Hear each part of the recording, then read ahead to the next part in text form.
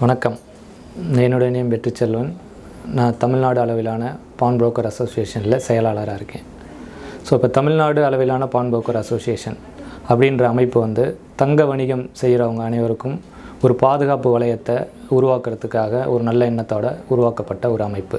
இப்போ தங்கம் அப்படிங்கிற விஷயம் தென்னிந்தியாவில் குறிப்பாக தமிழகத்தில் ஒரு இன்றியமையாத ஒரு விஷயம். தங்க வணிகம் அப்படிங்கிறது தங்கம் வாங்கிறது, தங்க அடமானம் வைக்கிறது, தங்கம் விற்கிறது, இது மூன்றுமே ஒரு சுழற்சி.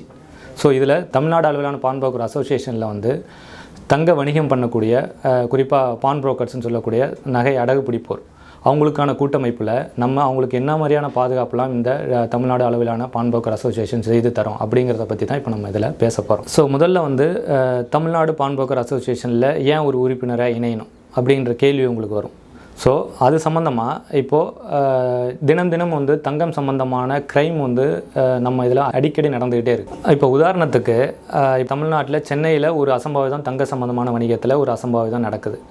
அந்த இதில் எந்த மாதிரியான விஷயங்கள் ஒரு அடகு பிடிப்பவர்கிட்ட எந்த மாதிரியான விஷயங்களை கொடுத்து அவங்க ஏமாற்றிருக்காங்க, நகை எந்த மாதிரியான டைப் இருக்குது, அதை இமீடியட்டாக அதனுடைய காரணம் அதை எந்த மாதிரி இருந்தால் தடுத்துருக்கலாம் அப்படிங்கிற அவேர்னஸ் நம்ம இமீடியட்டாக நம்ம ஷேர் பண்ணுறோம். நம்ம வாட்ஸ்அப் குழுக்களில் ஷேர் பண்ணுறோம், சமூக வலைதளங்களில் நம்மளுடைய குரூப் அனைத்துலேயும் அதை ஷேர் பண்ணுறோம்.